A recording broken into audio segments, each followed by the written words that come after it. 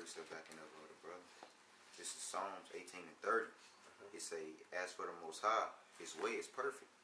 All right. It say the word of the Most High is tried. He is a buckler to all those that trust in Him. All right. And I went into the word buckler. It basically means a shield. All right. He's a shield to them that trust in Him.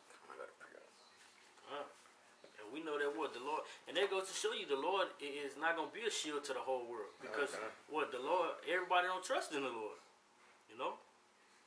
All right, this is Proverbs chapter 1 verse 33. But whoso hearkeneth unto me shall dwell safely and shall be quiet from fear of evil. It says whoso hearkeneth unto me, you know, who takes heed to this doctrine, you know, to my laws, statutes, and commandments, you know, then you're gonna dwell safely and you're gonna be quiet from fear of evil, man. You know, like like in Proverbs the 18th chapter, man. It says the Lord is a righteous tower. But who is He a righteous tower to, man? Not for everybody, man. Only the ones that run into Him. They say the righteous run into it. You know, that's what it kind of. Yeah. Everybody not gonna run, and everybody not gonna be able to run into that tower. One of y'all, let me get. I got precepts. Yeah, I got one. I'm gonna wait though. What you got? Oh, really? Yeah. This is Proverbs chapter 18, verse 10. The name of the Lord is a strong tower. The righteous run into it and is safe. The righteous run into it. You know, those are just men. That know His name. That know His name. The one that fear. Because what? Even the ones that say, Lord, Lord. Everyone that say, Yahweh Shai, Yahweh Shai is not going to, you know what I'm saying? It's not going to enter into the kingdom. You know? It takes those ones that's actually fearing Yahweh by Shem Yahweh Shai. Want me to get it for you? What you getting out? Lord. Yeah, you can. So that's 12? Yeah. 12. You can start at the top, go to verse 2. Read all the way to 12. Alright, this is Acts 12 and 1. Now, about that time, Herod the king stretched forth his hands to vex certain of the church. And he killed James, the brother of John, with the sword. And because he saw it pleased the Jews, he proceeded further to take Peter also. Then were the days of unleavened bread. And when he had apprehended him, he put him in prison and delivered him to 4 quaternary. How they say the word? The cute word right there, verse 4. Quaternions. Quaternions of soldiers to keep him, intending after Easter to bring him forth to the people. Peter therefore was kept in prison, but prayer was made without ceasing of the church unto the Most High for him. And when Herod would have brought him forth, the same night Peter was sleeping between 2 soldiers, bound with 2 chains, and the keepers before the door kept the prison. And behold, the angel of the Lord came upon him, and a light shined in the prison. And he smote Peter on the side and raised him up, saying, Arise up quickly. And his chains fell off from his hands. And the angel said unto him, Gird thyself and bind on thy sandals. And so he did. And he said unto him, Cast thy garment about thee, and follow me. And he went out and followed him, and wist not that it was true, which was done by the angel, but though he saw a vision. When they were past the first and the second ward, they came unto the iron gate that leadeth unto the city, which opened to them of his own accord. And they went out and passed on through one street, and forthwith the angel departed from him. And when Peter was come to himself, he said, Now I know of a surety that the Lord has sent his angel, and had delivered me out of the hand of Herod, and from all the expectation of the people of the Jews. That's right. And when he had considered the thing, he came to the house of Mary, the mother of John, whose surname was Mark, where many were gathered together praying. Keep reading. That was it. But the point was, what?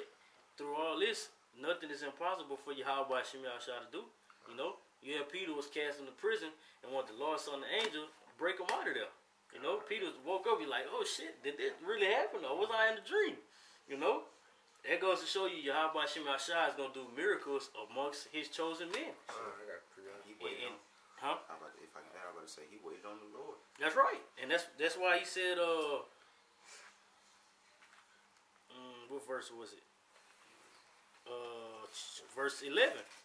It says, and when Peter was come to himself, he said, I know of a surety, I know for a fact, that the Lord had sent his angel and had delivered me out of the hand of Herod, and from all the expectation of the people of the Jews. You know, so he knew for a fact.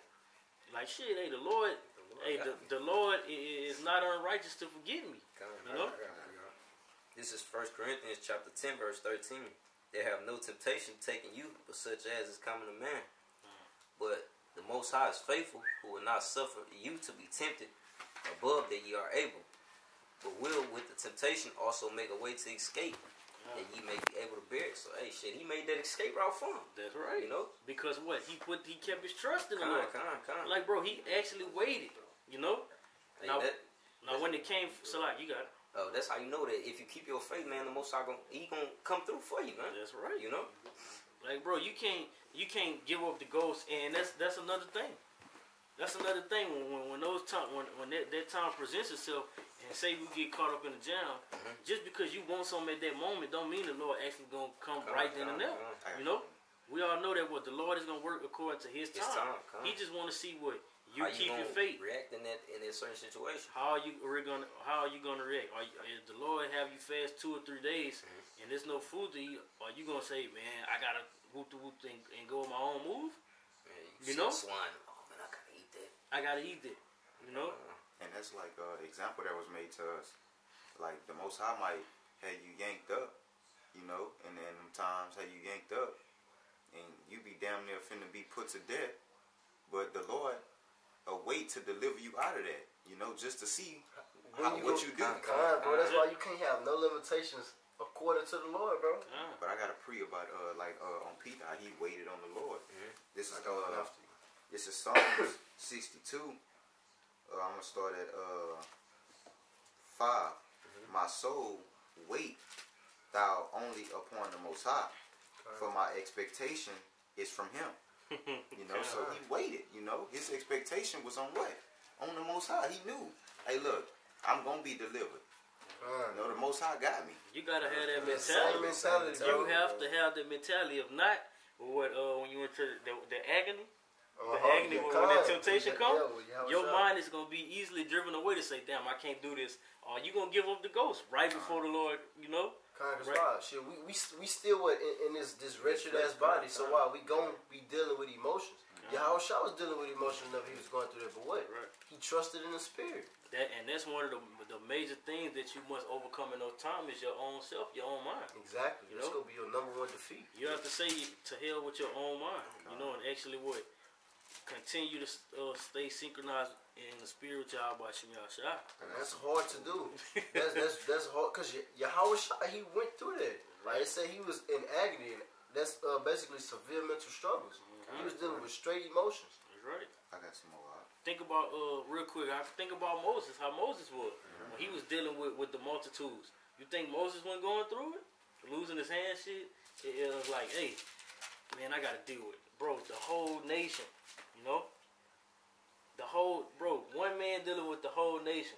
You know, I'm talking about before Jethro, his father-in-law said, "Hey, put these certain men, you know, up in rank, you know, and basically divide it because you're dealing with too much."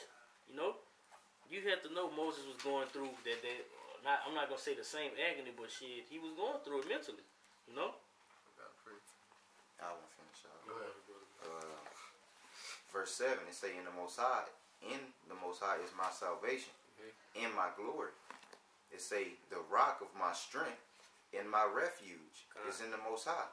Trust in Him at all times.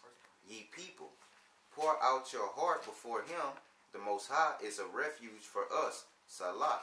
All right? And that's why you have Ezekiel 9 and 4.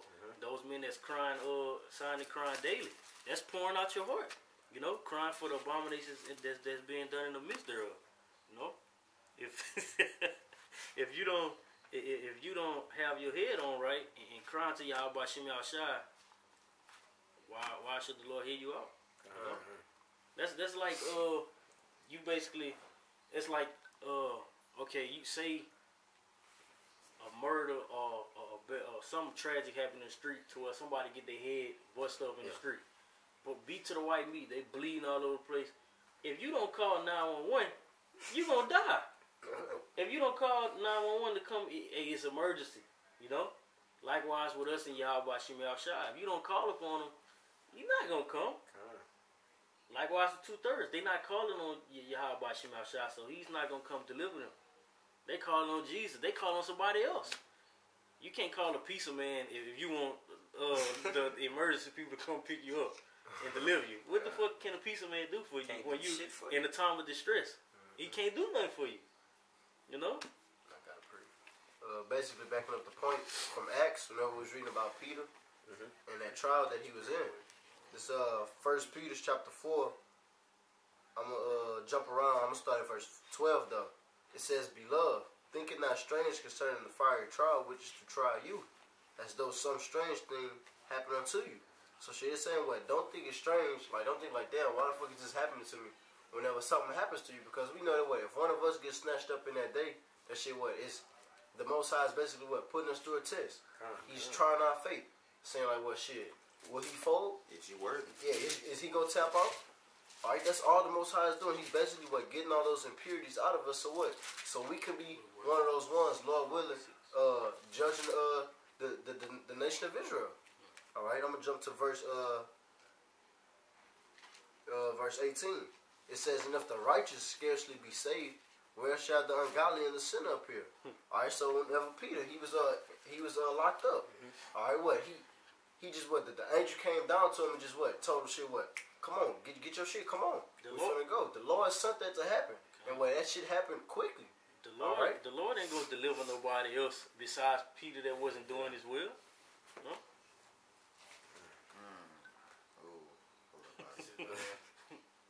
You got some more, huh? You cried? Oh, no, that was it. That was it.